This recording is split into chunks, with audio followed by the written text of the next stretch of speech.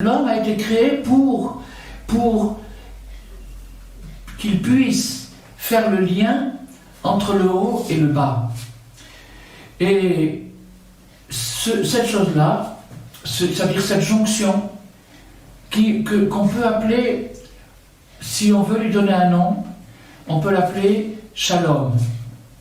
Shalom, le mot Shalom, qu'on traduit généralement par la paix, ne veut pas dire que la paix. La paix, c'est en fait un espèce de résultat du Shalom. Le Shalom vient du mot, de la racine hébraïque Shalem, et Shalem veut dire complet.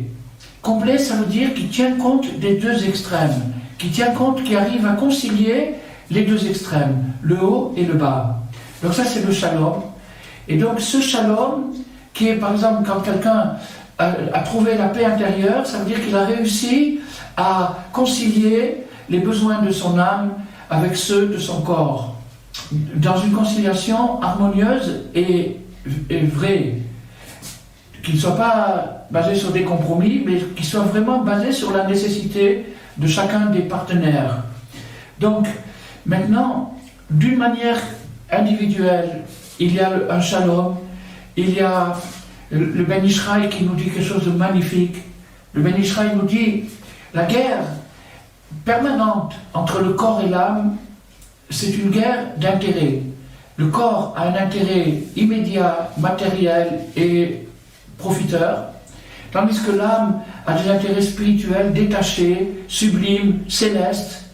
Et donc les deux ne peuvent pas se supporter, ils se font la guerre sans arrêt.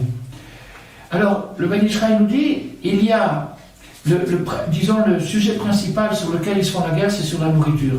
Pourquoi ? Parce que la nourriture, c'est effectivement ce qui attire le plus le corps.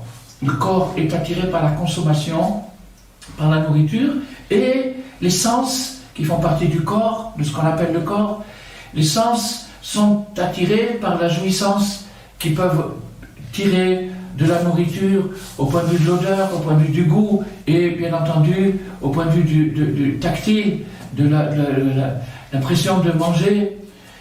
Alors ces deux choses-là, et l'âme ne peut pas supporter ça. Quand il est à table, elle ne peut pas le supporter, pas le voir en face. Donc ils se font la guerre. Si jamais l'homme décide de faire plaisir à son âme et de freiner un petit peu ses tentations, eh bien, il va voir que son corps se révolte rapidement et qu'il peut expérimenter des rechutes. En attendant, c'est la guerre. Alors le Ben Ishraï dit, il y a un moment dans la semaine où ces deux adversaires font la paix, le shalom, c'est le jour du Shabbat. Pourquoi le jour du Shabbat ? Parce que le jour du Shabbat, la consommation, le délice, le plaisir font partie de l'honneur du Shabbat. Donc, c'est pourquoi on dit Shabbat Shalom.